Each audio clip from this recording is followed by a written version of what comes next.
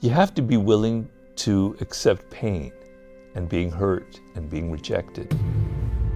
And a lot of people, particularly in the world today, they're deathly afraid of any kind of wound, of any kind of hurt. So they protect themselves.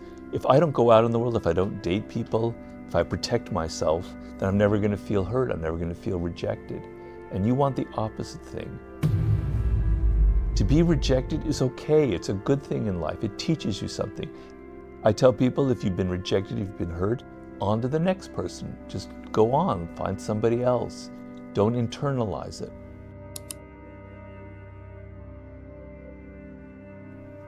You're doing yourself a disservice if you're doing that. Okay, and it's not just because I'm this old guy who never had to deal with that. It's because I've been studying human nature and people for many, many years.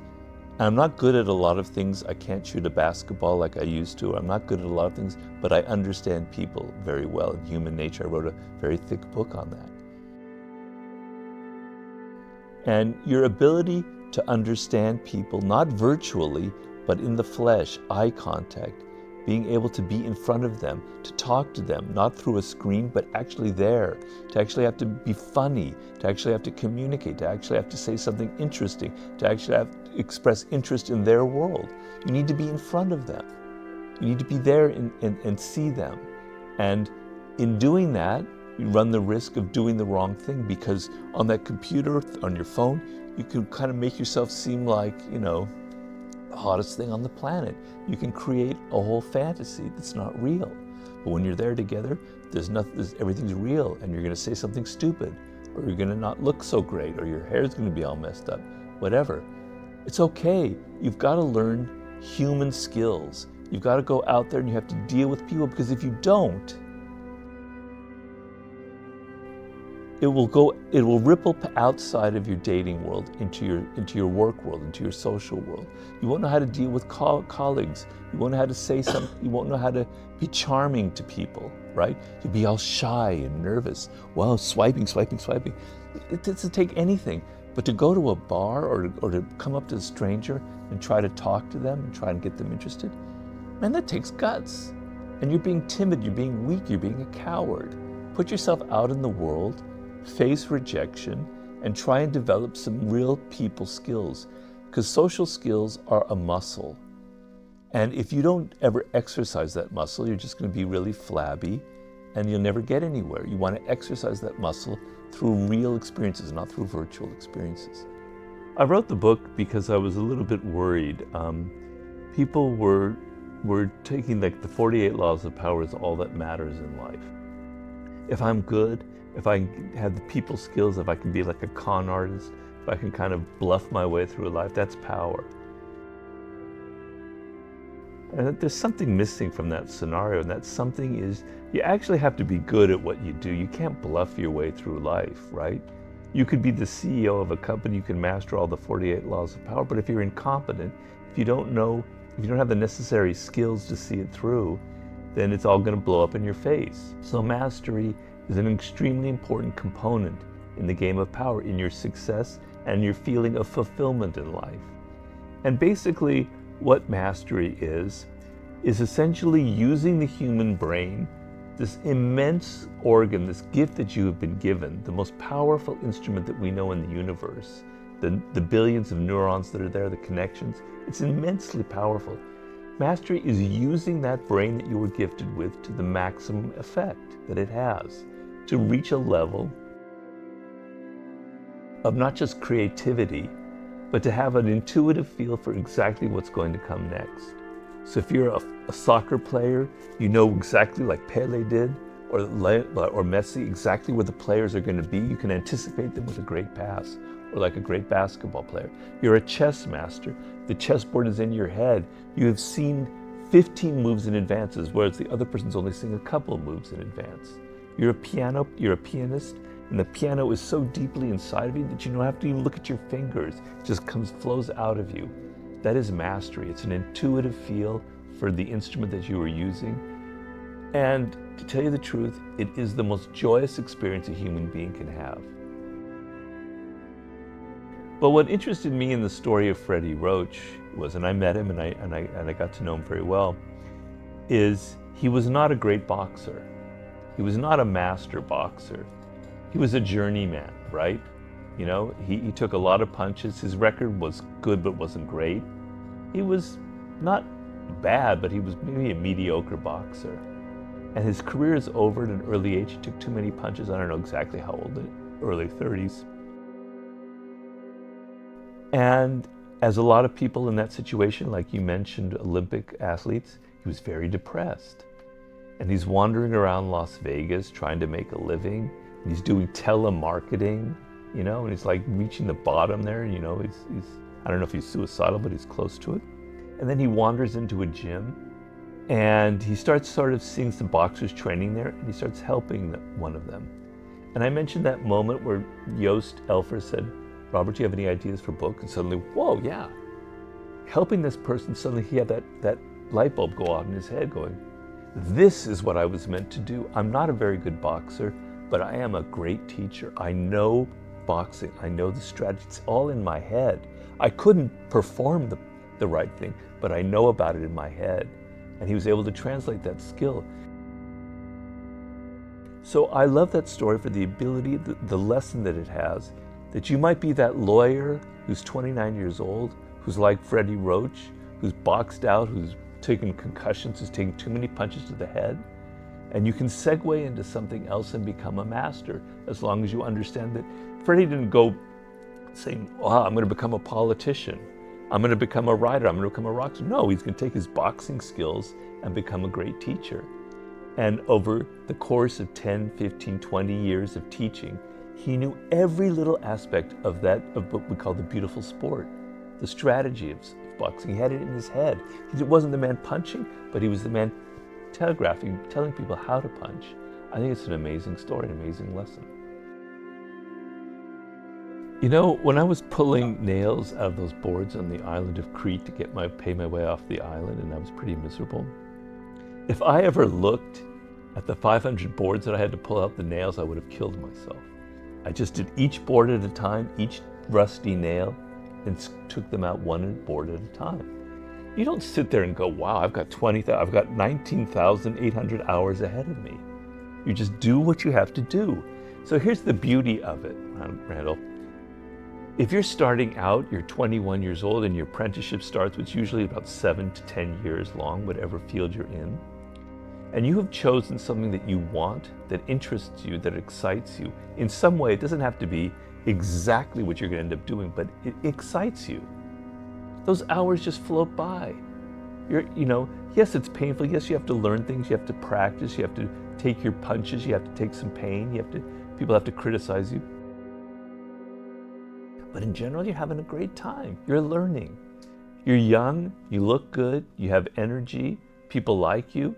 You know, when you're in your 20s, life is beautiful. I don't care, how depressed, how poor you are. You're 20 and you have all this energy. It should be wonderful, okay? So you're not sitting there thinking about each hour. You're enjoying it, you know. So if you're Kobe Bryant, God rest him, soul. If you're 20 years old and you're just starting in the NBA, you're not thinking of all the jump shot, the next 10,000 jump shots you have to take.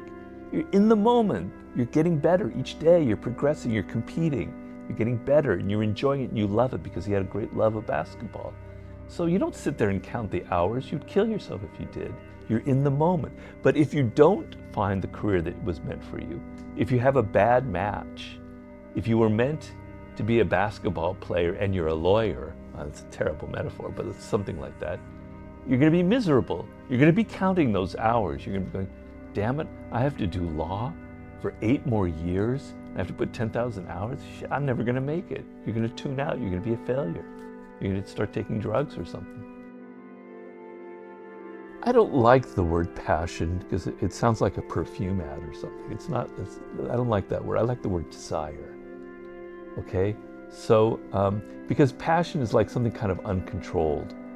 It's too strong. You want to have the desire for something. So, when I was in college, I studied French for 2-3 years because I love foreign languages. And then I went to Paris where I worked in a hotel. And damn it, I couldn't speak 3 words. I couldn't order breakfast. I couldn't tell, what I wanted a room for this kind of thing. I couldn't do anything. I hadn't learned a thing. And then when I was at the hotel, I think before I was at the hotel, I met this French girl that I was really excited about. I wanted to seduce her, right? She was fantastic. In 2 months, I learned more French than 3 years of college because I wanted to. I had the desire. So if you desire something, you learn at a faster rate because you're motivated. Your mind is open. When you don't want to learn something, you're 26 and you have to study algebra, you're never going to learn because you don't want to. You're tuning it out. You're not focused. But if you're focused on something and you desire it, your mind just is absorbing it at a much faster rate. So desire is the key to learning in anything. And so if you're trying not to play the power game, if you say, I'm not interested in power, that is a maneuver in the power game. You are implicated in it. You are trying to pretend that you're moral, that you're above it all. That is a power move. So the idea behind it, to answer your question more directly, is the feeling of the human being is basically, we come into the world somewhat weak, right? As a baby, we're crying. Unlike any other animal, we spend an incredibly long period being dependent, right? So powerlessness, feeling that we have no control over the world, is very built into our nervous system, right? And we cannot stand the feeling of being powerless, of feeling helpless. It's very primal emotion built in. And so we're all scrambling for some degree of control over the world. So the idea that I cannot influence at all my children, I cannot influence my spouse, I have no influence or persuasive powers over my boss, over my colleagues, is deeply, deeply painful, right? We can't stand it. So we're going to try in some way to get power over it. So there's so much in life you can't control. If I were to pick out a number, I would say 95% of life is circumstances that are completely beyond your control, namely death itself, but a lot of other things, okay? So power is the ability to maybe on the margins to have a little bit more influence than you would have had if you're completely ignorant, if you're completely helpless, if you don't understand anything about power, right? So it's the degree to which you can kind of influence and move people and not feel that helpless feeling like, when an animal is on its belly, it feels completely vulnerable and it freaks out, right? Well, we get that feeling too sometimes, and it's not a good feeling.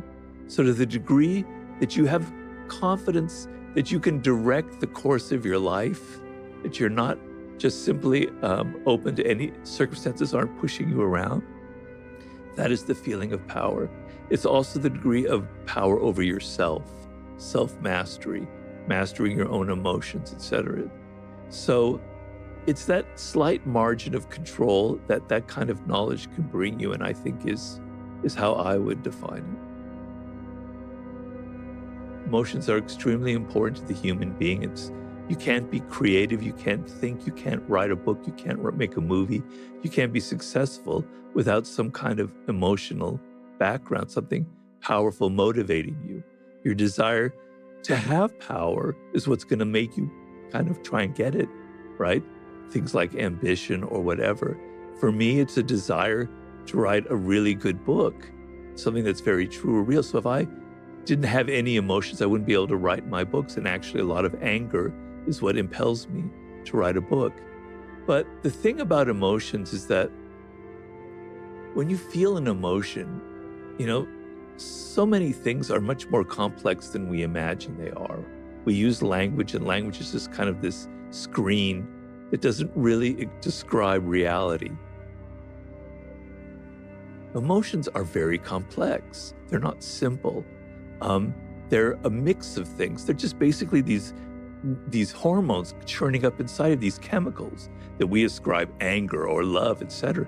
But they're more complex than that. And so you operate on an emotion, but you don't understand it. You're not thinking about it. You're not analyzing. You don't know where it comes from. And actually, your anger might be mixed with envy, It might be mixed with even love. It might be mixed with things you're not even thinking about. So you need to apply intelligence to your emotions, not suppress them, but try to understand them.